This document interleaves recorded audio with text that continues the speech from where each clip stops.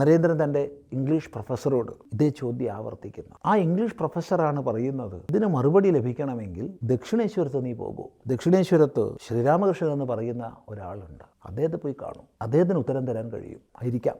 കോളേജിൽ തൻ്റെ കൂടെ പഠിക്കുന്ന പലരും ശ്രീരാമകൃഷ്ണദേവൻ്റെ അടുത്ത് പോകുന്നവരാണ്. ശശി, ശരത്ത്, രാഖാൾ തുടങ്ങിയവർ. അവരുടെ കൂടെയാണ് നരേന്ദ്രൻ പോകുന്നത്. നരേന്ദ്രൻ ചെന്നന്ന് തനി ഗ്രാമീണരായവരോട് ശ്രീരാമകൃഷ്ണദേവൻ സംസാരിച്ചു കൊണ്ടിരിക്കുന്ന സന്ദർഭമാണ്. അതെല്ലാം കേട്ടിരിക്കുമ്പോഴും ആ മറുപടികൾ കേൾക്കുമ്പോഴും നമുക്ക് കാണാം ആ ഒരു യുവാവിൻ്റെ ഉള്ളിൽ എത്രമാത്രം അക്ഷമതയുണ്ടാവും എന്നുള്ളത്. ആ അക്ഷമതയോടുകൂടി ഇരുന്ന് ശ്രീരാമകൃഷ്ണദേവൻ അവിടുന്ന് ആ റൂമിൽ നിന്ന് മാറി അപ്പുറത്തുള്ള ഇടനാഴിയിലേക്ക് പോകുമ്പോഴാണ് നരേന്ദ്രൻ കൂടെ പോകുന്നതും. ശ്രീരാമകൃഷ്ണദേവൻ്റെ ഒരു സ്പർശം കൊണ്ട് തനിക്ക് വ്യാഖ്യാനിക്കാൻ കഴിയാത്തൊരു അനുഭൂതി വിശേഷത്തിലേക്ക് നരേന്ദ്രൻ എത്തിപ്പെടുകയാണ്. അപ്പോൾ ലോകത്തിൽ ഒരു വ്യക്തിക്ക് മുമ്പിലും കീഴടങ്ങില്ല എന്നുള്ള, ഒരു വ്യക്തിക്കും വിധേയനാകില്ല എന്നുള്ള ഒരു യുവാവിൻ്റെ മനസ്സ് അവിടെ തകരുകയാണ്. പ്രത്യേകിച്ച് ഗുസ്തിയിൽ ആരോട് ഗുസ്തിക്ക് പോയാലും നരേന്ദ്രനാണ് ജയിക്കുക.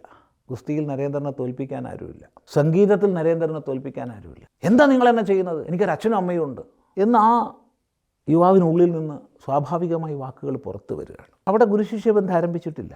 അന്ന് നരേന്ദ്രൻ നിശ്ചയിച്ചു, ഇനി കളവൻ്റെ അടുത്ത് പോവില്ല, കാരണം താൻ കീഴ്പ്പെട്ടു പോകും. കീഴ്പ്പെട്ടു പോകുന്നത് ശരിയല്ല. പക്ഷേ അടുത്ത ശനിയാഴ്ചയായപ്പോൾ, കോളേജിൽ നിന്ന് ഒഴിവ് ലഭിച്ചപ്പോൾ ആരോ തന്നെ പിടിച്ചു വലിക്കുന്നത് പോലുള്ള അനുഭവമാണ് നരേന്ദ്രന്.